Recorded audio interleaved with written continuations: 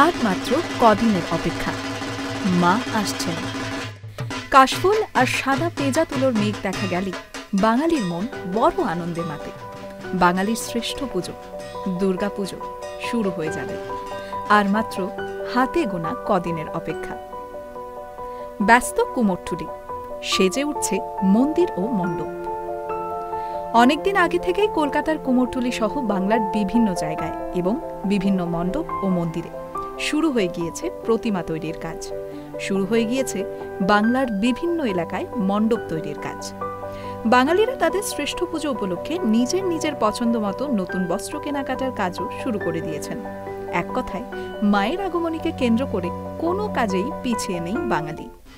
আগমনী বার্তায় ট্রাইব টিভির প্রথম নিবেদন, দত্তবাড়ির 246 বছরের দুর্গোৎসব।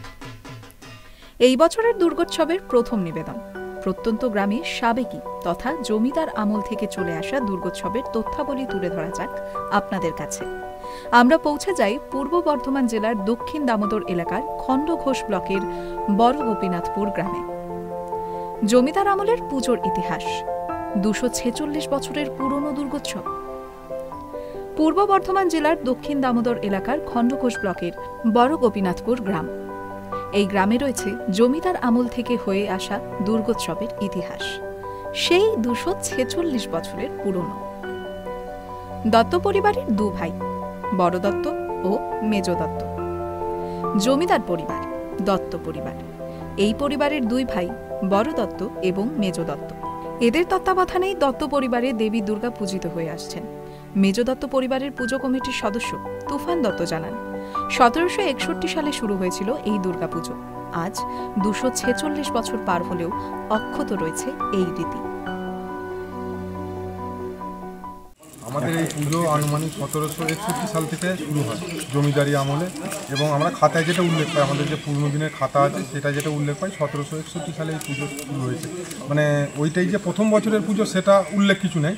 আমরা যেহেতু 1761 সাল থেকে হিসেবটা পাচ্ছি, সেহেতু আমরা ওটাই প্রথম বছর বলে 200 বছরের ওপর, প্রায় 250 বছর ধরে আমাদের এই পুজো চলে আসছে। জমিদারি প্রথা এখন আর সেই জমিদারি প্রথা নেই। আজও মন্দিরের গা ঘেঁষে ভগ্নদশায় রয়েছে একটি ঘর, জমিদার বাড়ির ঐতিহাসিক টাকা রাখার ঘর এটি। জমিদার বাড়ির ইতিহাস হিসেবে এখনও ভগ্নদশা অবস্থায় পড়ে রয়েছে মন্দিরের গায়ে একটি ঘর। উল্লেখ্য, দত্ত বাড়ির টাকা রাখার ঘর এটি, যা হিসেব ঘর নামে পরিচিত ছিল। রমরমা 4 দিন। অন্যান্য মন্দিরে যেমন অনেক আগের থেকেই দেবীর মূর্তি তৈরির কাজ শুরু হয়ে গেছে, কিন্তু এখানে খানিকটা ব্যতিক্রম। মেজ দত্ত পরিবারের দেবীর মূর্তি তৈরির কাজ শুরু হবে জন্মাষ্টমীর দিন থেকে। ওই দিনই মায়ের গায়ে প্রথম মাটির প্রলেপ দেওয়া হয় প্রতি বছর। ব্রাহ্মণদের দেওয়া পুজোর পদ্ধতি মেনেই চলে দেবীর পূজার্চনা। পুজোর 4 দিন সকাল থেকে রাত্রি পর্যন্ত মেজ দত্ত পুজো কমিটির সমস্ত পরিবারের মানুষজন এবং আত্মীয় স্বজনদের নিয়ে একসঙ্গে থাকে ভোজনের ব্যবস্থা। পুজোর 4 দিন আমাদের এখানে বিভিন্ন রকম সাংস্কৃতিক অনুষ্ঠান হয়। আমাদের বাড়ির ছেলেরা মেয়েরা কবিতা আবৃত্তি, গান, নাচ, যে যেরকম যার যেরকম ইয়ে আছে সে সেরকম করে।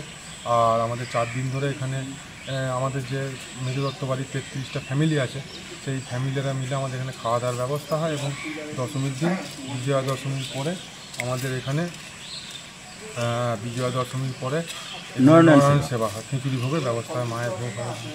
পুজোর এই যে অষ্টমীর দিন বা অষ্টমীর রাত্রে কি কোনো ছাগ বলি বা আমাদের এখানে ছাগ বলি কোনো দিনই হয় না। ছাগ বলি প্রথম আমাদের এখানে প্রথম থেকে এখানে ওলা চিনি বলি হয়, ছাগ বলি আমাদের এখানে কোনো দিনই হয় না। বড় দত্ত পরিবারের পুজো। বড় দত্ত পরিবারের পুজো কমিটির এক সদস্য খোকন কোঁর জানান, জমিদার আমলে একই সঙ্গে দুই পরিবারের পুজো আরম্ভ হয়েছিল, কিন্তু কালের প্রভাবে এখন আর জমিদারিত্ব নেই।